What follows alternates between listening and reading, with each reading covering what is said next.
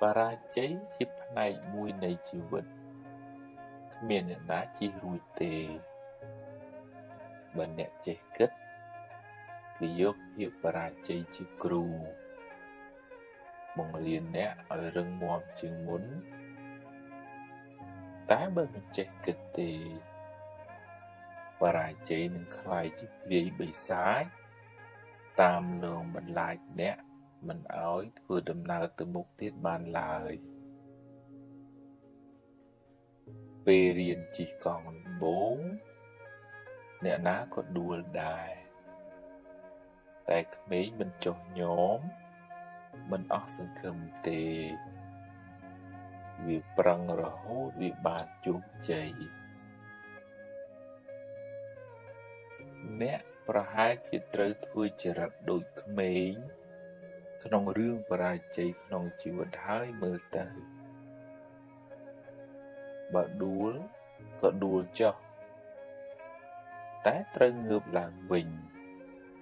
រួចប្រឹងទៀតប្រឹងរហូតរកផ្លូវដោះស្រាយបានសេចក្តីសង្ឃឹមនិងការតស៊ូជាស្ពានចម្លងអ្នកទៅរកភាពជោគជ័យតែមានរឿងខ្លះដែលហួសពីសមត្ថភាពអ្នកអាចដោះស្រាយបានដូច្នេះវិធីមួយដែលអាចជួយអ្នកបានគឺព្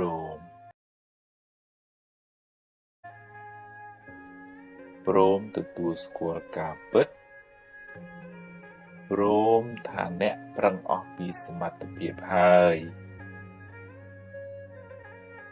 ឲ្យវាទៅតាមកម្មវាចុះ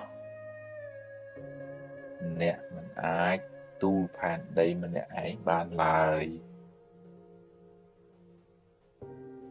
កុំទម្លាប់បន្ទោសអ្នកដទៃហើយកុំទម្លាប់បន្ទោសខ្លួនឯងអីអ្វីមិនចេះតែបានតាមចិត្តរហូតទេជីវិតគឺអញ្ចឹងឯងកុំស្មុគពេកអីជួបរឿងអីដោះរឿងនឹងទៅបើដោះបានក៏ទទួលទៅបើដោះមិនបានក៏ត្រូវតែហ៊ានទទួលហើយប្រឹងបន្តទៅទៀតផ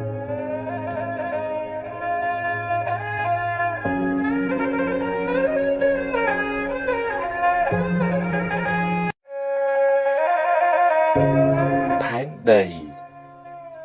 បើអ្នកបោះគម្រោងផ្កាលើផែនដីមិនរំភើបញាប់ញ័រអ្វីឡើយហើយបើអ្នកបន្ទោបង់លាមកលើផែនដីក៏ផែនដីមិនខឹងក្រោធអ្វីនឹងអ្នកដែរយើងប្រហែលជាត្រូវរៀនធ្វើចិត្តដូចផែនដីហើយមើលទៅទើបមិនសូវមានទុក្ខពេលជួបរឿងល្អក៏ទទួលទៅតែមិនមិនអួតពេកទេហើយបើជួបរឿងមិនល្អក៏មិនទូមមនោះទូមមនិញអីពេកដែរមានបញ្ញាយល់ថាជីវិតតែងមានរឿងល្អខ្លះអាក្រក់ខ្លះជារឿងធម្មតាគ្មាននរណាជៀសរួចទេហើយមនុស្សម្នាក់ជួបរឿងមិនដូចគ្នាទេគេជួបរឿងគេយើងជួបរឿងយើងកុំប្រៀបធៀបគ្នាអីនាំតែកើតទុក្ខទេសម្ពាធកម្មម្នាក់មិនដូចគ្នាទេបើជួបរឿងណាប្រឹងដោះរឿងនឹងទៅហើយបើដោះបានប៉ុណ្ណាក៏ព្រមតាមប៉ុណ្ណឹងទៅបួម៉ៅពេកទៅក៏ដោះអីមិនកើតដដែលបានតែកើតទុកថែមប៉ុណ្ណោះ ក្នុងលោកនេះមានស្ដាំមានឆ្វេងមានយប់មានថ្ងៃមានសុខមានទុក្ខមានខាតមានចំណេញមានជួបមានព្រាត់ជារឿងធម្មតាបើអ្នកហ៊ានទទួលមួយអ្នកត្រូវតែត្រៀមចិត្តទទួលមួយទៀតទើបមិនសូវមានទុក្ខ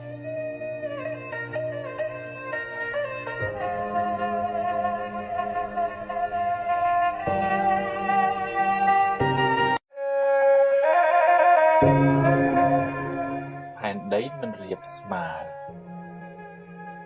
បើអ្នកចង់ឲ្យផែនដីទាំងមូលរាបស្មើដូចបាតដៃ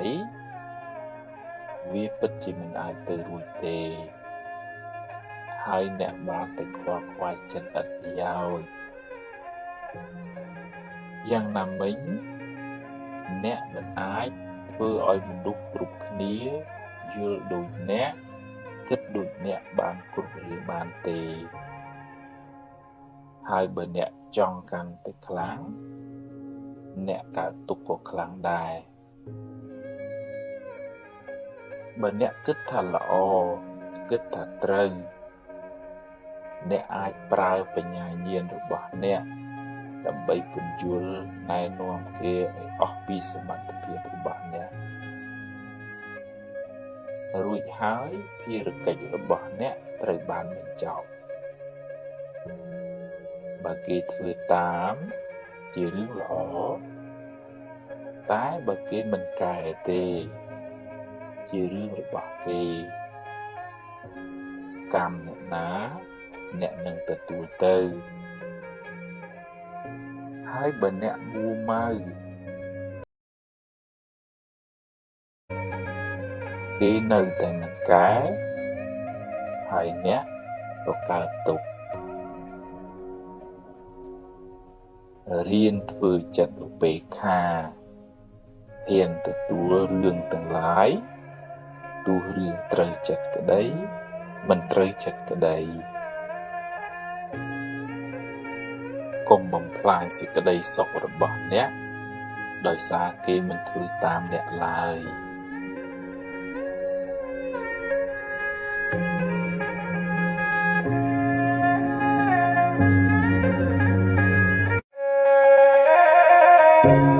ខ្លាចបាត់ស្រមោលបើក្មេងយំព្រោះខ្លាចបាត់ស្រមោល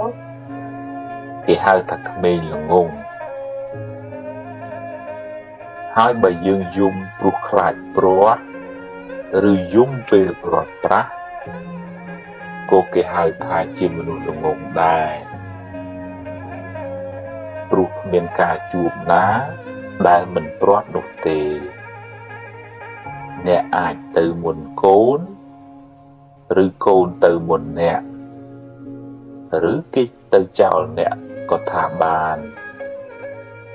មើលមិនឃើញទេហើយខាត់មិនបានឡើយទោះបីអ្នកយំទឹកភ្នែកคล้ายជាទឹកទន្លេក៏ដោយក៏នៅតែព្រាត់ថ្ងៃណាមួយមិនខានមិនមែនមិនឲ្យស្រឡាញ់មិនឲ្យថែរក្សាទេប្រឹងប្រែងរក្សាគ្នាដោយទឹកចិត្តមេត្តាចុះតែកុំភ្លេចថាអ្វីមិនទៀងទាត់ទេអាចប្រែប្រួលទៅវិញពេលណាក៏បានបើអ្នកហ៊ានជួបអ្នកក៏ត្រូវតែហ៊ានព្រាត់ដែរត្រូវត្រៀមស្មារតីរៀនទទួលយកទាំងពីរទាំងជួបទាំងព្រាត់ដែលអាចកើតឡើងពេលណាមួយក៏បាន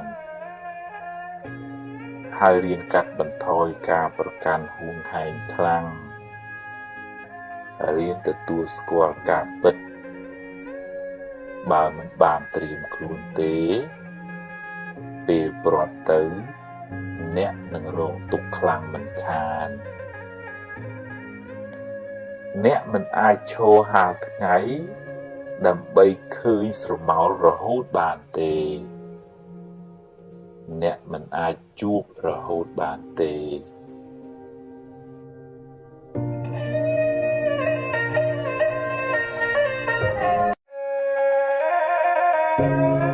ច្រណែនចិត្តនៅល្ងងច្រើនចុះចិត្តដើរច្រណែនគេខ្លាចគេល្អជាងខ្លួនជាមនុស្សចិត្តចង្អៀតជាមនុស្សសន្សំទុកដាក់ខ្លួនអ្នកខ្លះមិនត្រឹមតែច្រណែនទេថែមទាំងដើរនិយាយដើមនិយាយអាក្រក់ពីអ្នកដទៃទៀតផងបាបជាន់លើបាបរឿងច្រណែនគេផងបាបរឿងនិយាយដើមគេផងដៅកាហាយចិត្តខ្លួនឯងផងហើយបើគេដឹងគេស្អប់យើងទៀតតាមពិតទៅគេមានបុណ្យគេប្រឹងឬគេបានសម្រេចជោគជ័យទម្លាប់រីករាយនឹងភាពជោគជ័យរបស់គេទៅសប្បាយចិត្តអបអរសាទរពេលឃើញគេបានចម្រុងចម្រើនគេក៏សប្បាយអ្នកក៏រីករាយអ្នកបានបុណ្យផងបានមិត្តភាពផងតែបើគេបានដោយទុច្ចរិតយើងមិនត្រេកអរជាមួយគេទេហើយក៏គ្មានអីត្រូវច្រណែនគេដែរតែយើងគួរឲ្យអាណិតគួរឲ្យសង្វេគថាគេបានសាងបាបកម្មច្រើន